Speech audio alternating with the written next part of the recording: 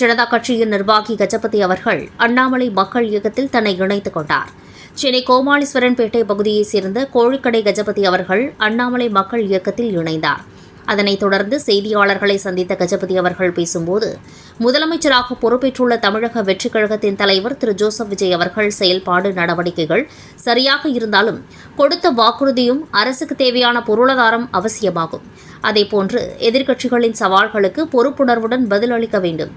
அதிமுகவில் இருந்து பல்வேறு சட்டமன்ற உறுப்பினர்களை விலை பேசுவதாக தகவல் வருவதாகவும் அதனை முழுமையாக முதல்வர் அவர்கள் புறக்கணிக்க வேண்டும். நேர்மையான முறையிலும் தமிழ்நாட்டின் மக்களுக்காக வழிவகுக்க வேண்டும் என கேட்டுக்கொண்டார். மேலும் அண்ணாமலை மக்கள் இயக்கத்தில் இதுவரை 20 லட்சத்துக்கும் மேற்பட்ட உறுப்பினர்கள் சேர்ந்துள்ளதாகவும் கூடிய விரைவில் மிகப்பெரும் கட்சியாக உருவெடுத்து வருங்காலத்தின் முதலமைச்சராகவும் அவர் வருவார். அதற்காக தமிழ்நாட்டு மக்கள் எதிர்பார்த்துக் கொண்டிருப்பதாகவும் கூறினார். வணக்கம், நான் சாப்பாக்கம் மண்டலிருந்து கோழிக்கடை கஜா என்ற கஜபதி பேசுகின்றேன். பாரத பிரதமர் நரேந்திர மோடி வாழ்க, அண்ணாமலையார் இயக்கத்தில் நான் இணைந்துள்ளேன் என்பதை தெரியப்படுத்திக் கொள்கிறேன். அண்ணாமலை ஆசீர்வாதத்துடன் பேச்சை தொடங்குகிறேன். இப்பொழுது விஜய் கட்சி ஆரம்பித்தவுடன் 2 வருடங்களுக்குள் ஆட்சியை பிடித்தார். ஆட்சி தாமரை இலையிலே தண்ணீர் எப்படி தத்தளிப்பது போல தத்தளித்து கொண்டிருக்கும் வேளையிலே நம்முடைய திராவிட முன்னேற்ற கழகத்தின் தலைவர் ஸ்டாலின் அவர்கள் அவருடன் கூட்டணியில் இருந்த காங்கிரஸ், கம்யூனிஸ்ட், சீமான் மற்றும் முஸ்லீம் லீக் அனைவரையும் உறுதுணையாக அனுப்பி அவர்களுக்கு கட்சியை காப்பாற்றி உள்ளார் என்பதை தெளிவாக தெரியும். அதே நேரத்திலே ஏடிஎம்கேவை சேர்ந்த சிலர் அவர்களே முற்பட்டு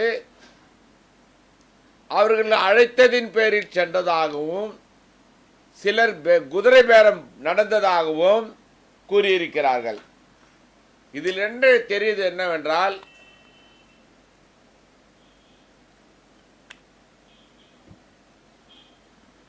குதிரை பேரம் நடந்ததோ இல்லையோ ஆட்சியை தக்க வைத்துக் கொண்டார். ஆனால் மோடியிடமும் நெருங்கிய பழகி இருக்கிறார். இது 5 ஆண்டுகள் நிறைவடையுமா நிறைவடைவாதா என்று மக்கள் சந்தேகத்தில் இருக்கிறார்கள். பல திட்டங்களை சொல்லிவிட்டு வெள்ளரிக்கையை கொடுத்து விட்டார். வெள்ளரிக்கை கொடுக்காமல் இருந்தால் விவரம் தெரியும். வெள்ளரிக்கையும் கொடுத்து விட்டார். பல துன்பங்கள் இருக்கின்றது என்பது தெரிந்து கொண்டார். இதற்கு தேர்தலில் நிற்கும் போதே தெரிந்திருக்கிறதே. அப்படி இருக்க ஐயா விஜய் அவர்கள் துரிதமாக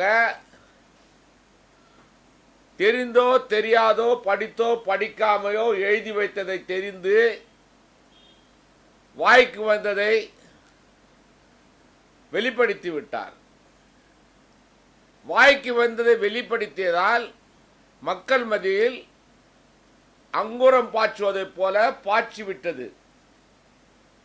என்னென்ன? விவசாய கடன் தள்ளுபடி, மாமன் வாரிசு,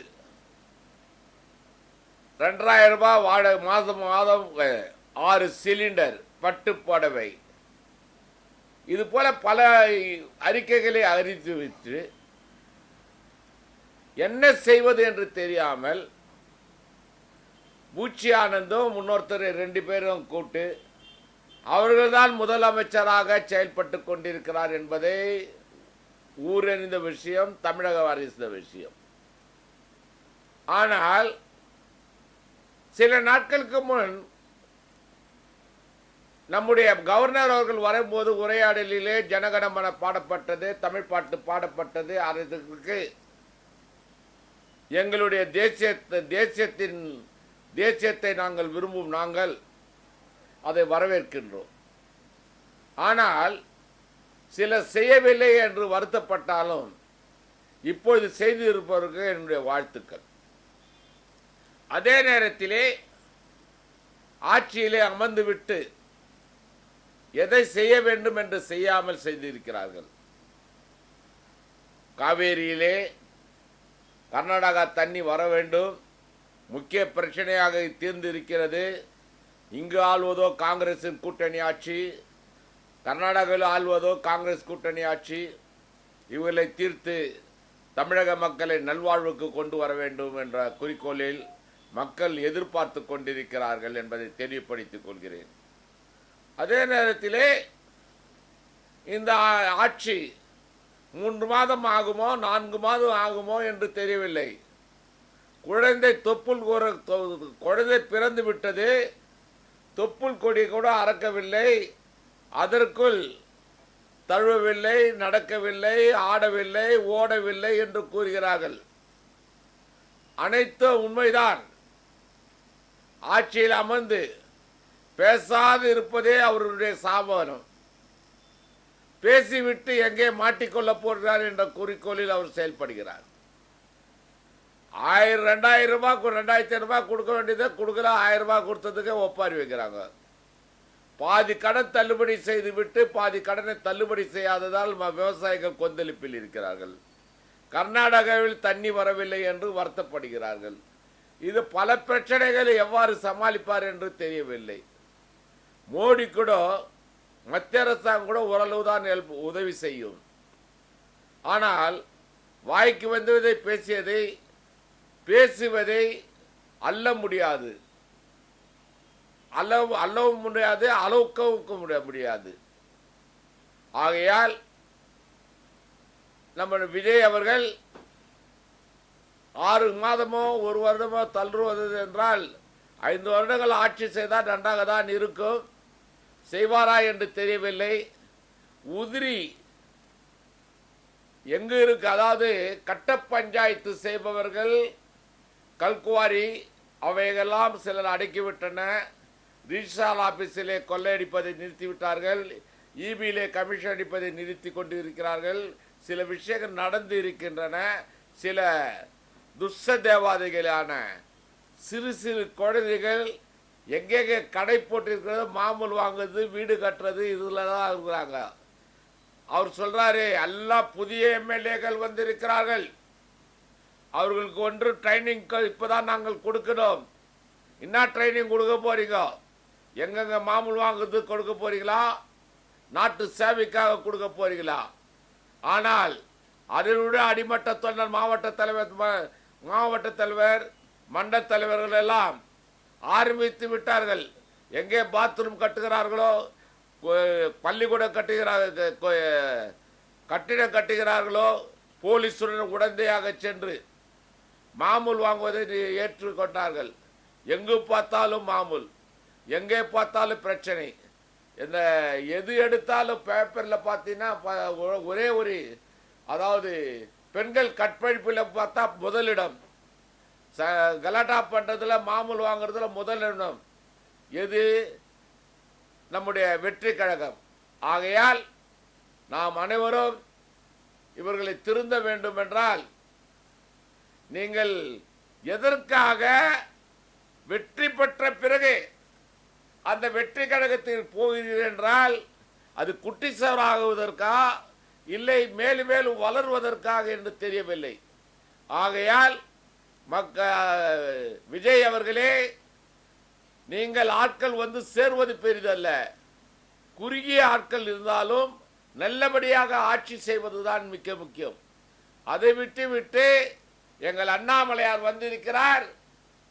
இந்த மாதம் முடிவில், அடுத்த மாதம் ஆரம்பத்தில் நாங்கள் இயக்கத்திலிருந்து, தற்போது இயக்கமாக தான் இருக்கிறோமே தவிர யாருக்கும் எதை பற்றி பேச விருப்பமில்லை.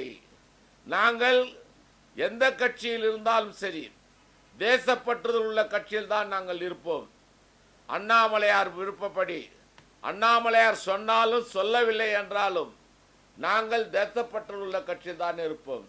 அண்ணாமலையார் தீபம் இருளாக இருக்கும் இந்த தமிழகத்தை நல்ல ஒரு முடிவுக்கு கொண்டு வர பெரிய சாதனை படைத்து விட்டார். மக்கள் மத்தியிலும் படிப்பு திறமை உள்ள சகோதர சகோதரிகளிடமும் அண்ணாமலையார் எப்போது வருவார், எதிர்கட்சிக்காரர்களாம் அண்ணாமலையார் வந்தாதான் விடுவு காலம் என்று பேசும் அளவிலே பேசும் அளவிலே இன்றைக்கு அண்ணாமலையார் வேகி இருக்கிறார். அண்ணாமலையார் இதை கேட்டவுடன் வார்த்தைகளை விற்கவில்லை, தன் சுய சரித்திரத்தை எடுத்து சொல்கிறார். நான் முன்னால் இப்படி இருந்தேன், இப்படி இருக்கின்றேன், இப்படிதான் இருப்பேன் என்று கூறிக்கொண்டு கர்வமாக பேசுகிறார். அந்த கர்வம்தான் மக்கள் மத்தியிலே மன அமைதியும் அன்பு பாசத்தை காட்டி அவருடைய பேச்சுக்காக சுமார் 25 லட்சம் பேர் உறுப்பினராக சேர்ந்திருக்கிறார் என்றால் மிக மிக வரவேற்க வேண்டிய, பாராட்ட வேண்டிய விஷயம். இன்னும் பலர் வருவதற்கு காத்து கொண்டிருக்கிறார். அழைப்பு இல்லை. ஆனால் அவரே விருப்பப்பட்டு வருகிறார்கள். யாரையும் அழைக்கவில்லை, வீடு வீடாக சென்று அழைக்கவில்லை, எந்த கட்சியிலும் அழைக்கவில்லை. ஆகையால் நாங்கள் எந்த கட்சிக்கு எதிரியும் அல்ல, துரோகியும் அல்ல. நாங்கள் எடுக்கும் முடிவு நாட்டின் சேவைக்காகவும் தமிழகத்தின் முன்னேற்றத்துக்காகவும் செய்வோம் என்று கூறி உங்களிருந்து விடைபெறுவது கோழிக்கடை கஜா என்ற கஜபதி. பாரத பிரதமர் நரேந்திர மோடி வாழ்க, அண்ணாமலை வாழ்க என்று வாழ்த்தி விடைபெறுகிறேன். நன்றி, வணக்கம்.